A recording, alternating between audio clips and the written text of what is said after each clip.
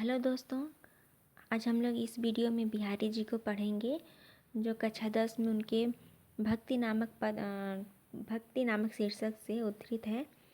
तो वहाँ पर उनके भक्ति और नीति है, तो इसमें हम लोग इसमें केवल भक्ति पढ़ेंगे। नीति का जो पद है उसको हम लोग दूसरे वीडियो में पढ़ेंगे और इसका आपको PDF भी मिल जाएगा। जो डिस्क्रिप्शन बॉक्स में जा कर के आप टेलीग्राम चैनल ज्वाइन कर लेंगे तो वहाँ आपको पूरी तरह से नोट्स आपको उपलब्ध हो जाएगा। मेरी भव बाधा हरो राधा नागरी सोई, जा तन की झाई परे श्याम हरित दुति होई। भव बाधा अर्थात सांसारिक दुख कष्ट, हरव अर्थात हरना दुख दूर करना, नागरी अर्थात चतुर, तन अर्थात शरीर, झाई परे अर्थात परछाई पड़ने से, श्याम अर्थात श्री कृष्ण, हरित दुति अर्थात हरे रंग के या प्रसन्न हो जाते हैं। यहाँ पर आप संदर्भ देखेंगे कि प्रस्तुत दोहा हमारी पाठ्य पुस्तक हिंदी के काव्य खंड में संकलित रीतिकाल के रस सिद्ध बिहारी द्वारा रचित बिहारी सतसई के भक्ति शीर्षक से अवतरित है।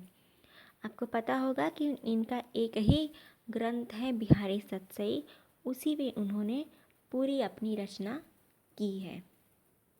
तो बिहारी जी का जितना भी पद रहेगा सभी बिहारी सतसई से ही लिया गया रहेगा। मेरी भव बाधा रो राधा नागरी सोई। यहाँ पर बिहारी लाल जी राधा की वंदना करते हैं। बिहारी लाल जी कहते हैं, हे चतुर राधिका, नागरी अर्थात चतुर राधिका, हे चतुर राधिका मेरे सांसारिक कष्टों को दूर करें। जा तन की छाई परे, जिनकी पीली आभा यानी जिनकी शरीर की परछाई पड़ने से श्याम हरित दुति हुई। श्याम वर्ण के श्री कृष्ण हरित दुति अर्थात हरे रंग के हो जाते हैं। इसका एक दूसरा अर्थ यह भी बनेगा कि हे चतुर राधिका जी, आप मेरे सांसारिक कष्टों को दूर करें। जिनके गौर शरीर की झलक मात्र से मन की श्यामलता पाप नष्ट हो जाती है। इसके कई अर्थ बनेंगे, तो आप इसका देख लेंगे। पूरी तरह से मैंने PDF में डाउनलोड किया हुआ है।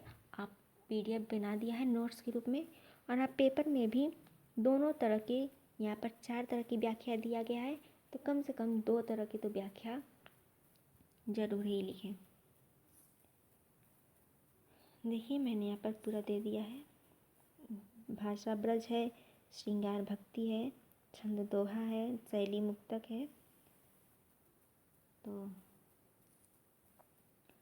मोर मुकुट की चंद्रिकनु यो राजत नंद नंद, मनु शशि शेखर की अकस की शेखर सत चंद। चंद्रिकनु अर्थात चंद्रिकाएं, राजत अर्थात स्वाभावान हो रही हैं, शशि शेखर अर्थात जिनके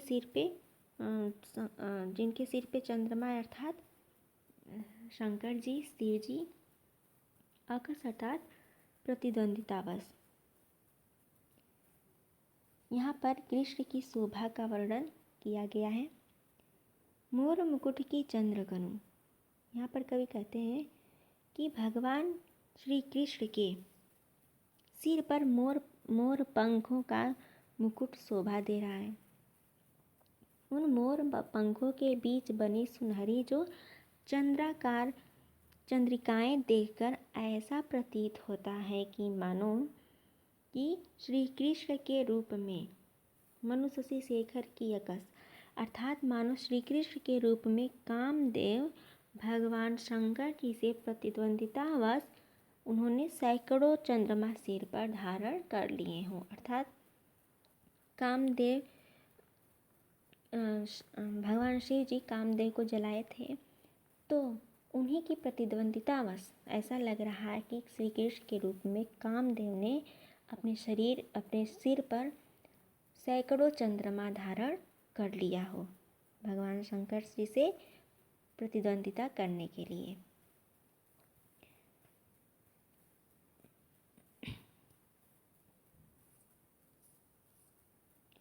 सोहत ओढ़ पीत पटु श्याम सलोने गात, मनो नीलमणि शैल पर आतप परियो प्रभात। सोहत अर्थात शोभायमान हो रही है, पीत पटु अर्थात पीला वस्त्र, श्याम अर्थात श्री कृष्ण, सलोने अर्थात सुंदर, नीलमणि अर्थात नीलमणि पर्वत, आतप अर्थात प्रकाश। यहाँ पर भी श्री कृष्ण की शोभा का वर्णन किया गया है। श्री कृष्ण का श्याम शरीर अत्यंत सुंदर है। अपने शरीर पर उन्होंने पीले वस्त्र पहने हुए हैं।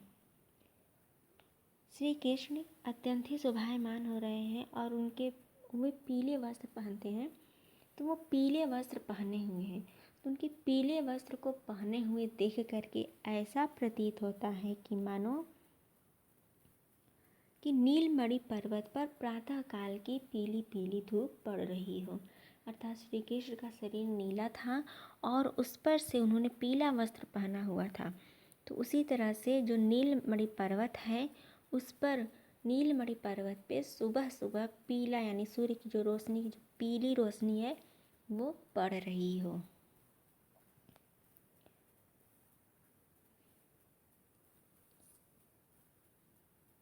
यहाँ पर श्री कृष्ण के पीले वस्त्रों का अत्यंत ही सुंदर ढंग से वर्णन किया है बिहारी जी ने।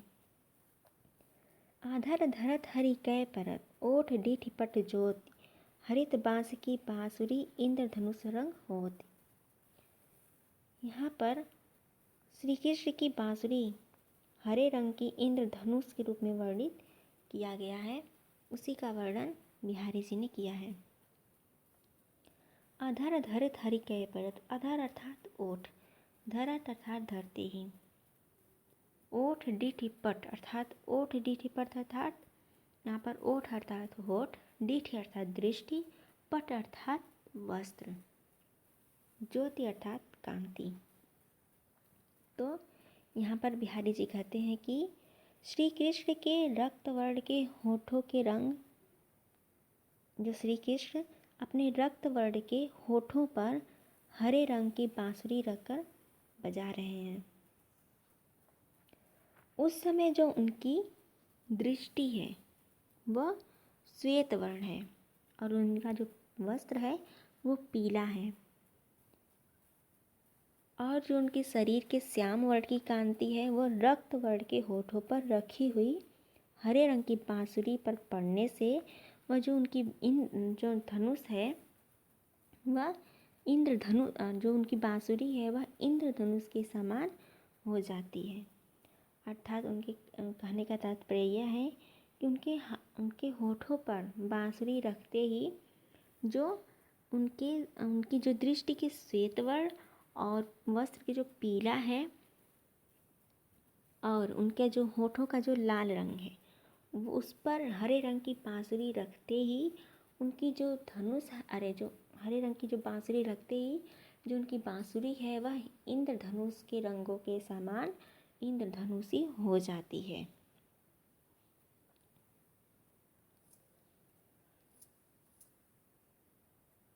या अनुरागी चित्त की गति समझे नहीं कोई, ज्यों ज्यों बूढ़े श्याम रंग त्यों त्यों उज्ज्वल होई।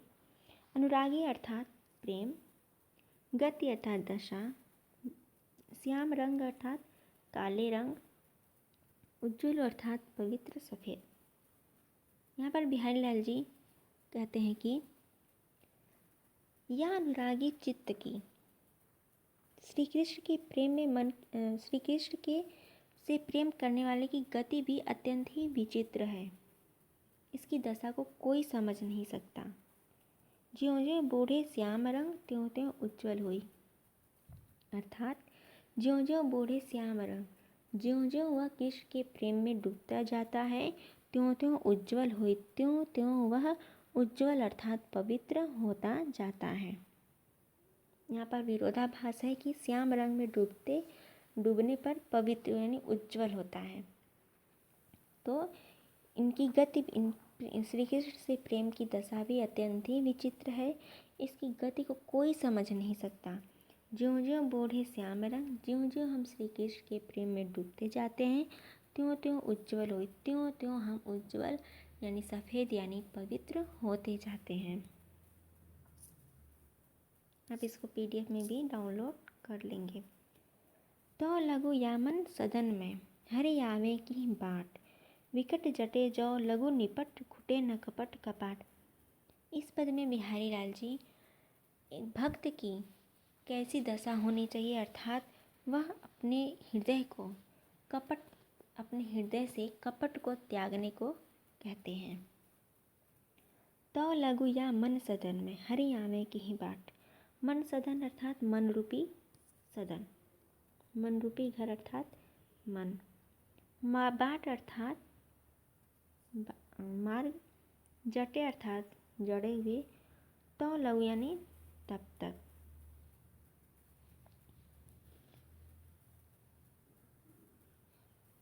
बिहारी लाल जी कहते हैं कि तुम्हारे मन रूपी घर में ईश्वर किस रास्ते से, किस मार्ग से प्रवेश करेगा, अर्थात तुम्हारे इस हृदय में ईश्वर तब तक निवास नहीं कर सकता, उसका प्रवेश तब तक नहीं हो सकता जब तक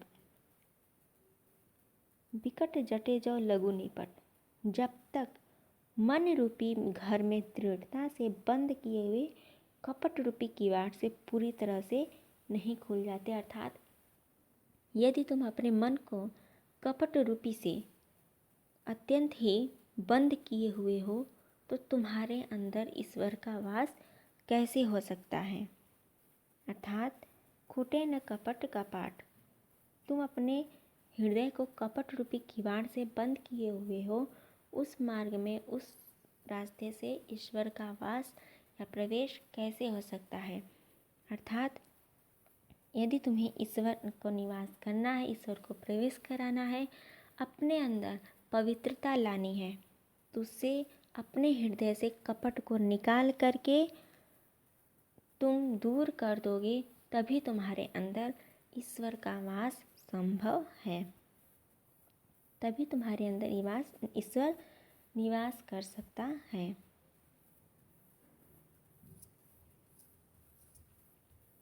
जगत जनायो जिहि सकलु, सो हरि जान्यो नाय, ज्यों आँखनु सब देखिए, आँखी देखी न जाए।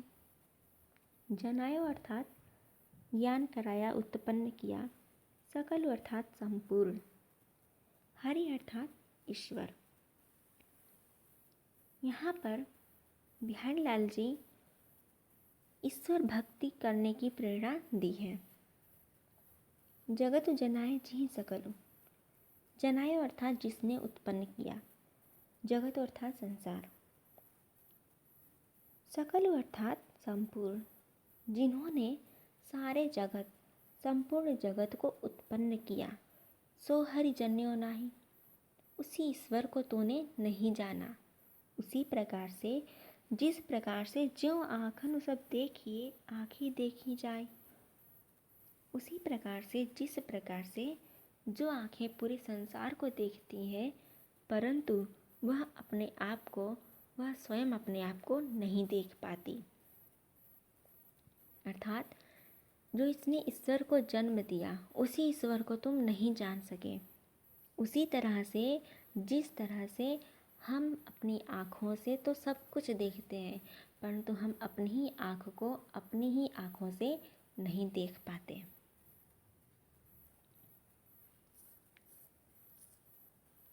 जप माला छापा तिलक, सरैन एकौ काम, मन कांचे नाचे वृथा, सांचे राचे राम। यहाँ पर बाहरी आडंबर को छोड़ करके सच्चे मन से ईश्वर की भक्ति करने की प्रेरणा बिहारी जी ने इस पद में दिया है। जप अर्थात जपना, माला अर्थात माला, आप देखते होंगे लोग माला फेरते रहते हैं। छापा अर्थात चंदन, तिलक अर्थात तिलक। बिहारी लाल जी कहते हैं कि जप करने, माला फेरने, चंदन का तिलक लगाने आदि से, शरण एको काम, आदि बाहरी क्रियाओं से आदि जितनी भी बाहरी क्रियाएं हैं, इससे ईश्वर की प्राप्ति नहीं हो सकती। मन कांचे नाचे वृथा, सांचे राचे नाम राम। मन कांचे नाचे वृथा। बिहारी लाल जी कहते हैं कि जिनका मन ईश्वर की भक्ति से कतराता है, जिनका मन ईश्वर की भक्ति से मन कतराता है, जिनका मन कच्चा है, नाचे वृथा, वृथा अर्थात व्यर्थ, वह इधर उधर व्यर्थ ही घूमते रहते हैं। सांचे राचे राम, जिनके ईश्वर, जिनका मन केवल सच्चा है, वे ही राम को प्राप्त कर सकते हैं। अर्थात जप करने से, माला फेरने से, तिलक लगाने से एक भी इस काम नहीं हो सकता, अर्थात इससे ईश्वर की प्राप्ति नहीं हो सकती। मन कांचे नाचे वृथा, यदि मन कच्चा है, यदि मन में ईश्वर की प्राप्ति से कोई मन से लगाव नहीं है, नाचे वृथा, वह व्यर्थ ही इधर उधर घूमते रहते हैं। सांचे राचे राम, राम का निवास तो सच्चे हृदयों में ही वास करता है। जिनका मन सच्चा है उसी में राम का निवास होता है। तो आप इसको अच्छे से PDF भी डाउनलोड कर सकते हैं नीचे डिस्क्रिप्शन बॉक्स में जा कर के। और यहाँ पर आप देखेंगे कि भाव सामक कबीर भी यहाँ पर भी कहा है, माला तो कर में फिरे, जिहवा मुख में माय, मनुआ तो 10 दिस फिरे, ये तो सुमिरन नाय। आप ये सब अच्छे से डाउनलोड कर लेंगे, आपको डिस्क्रिप्शन बॉक्स में जा कर के PDF आपको मिल जाएगा।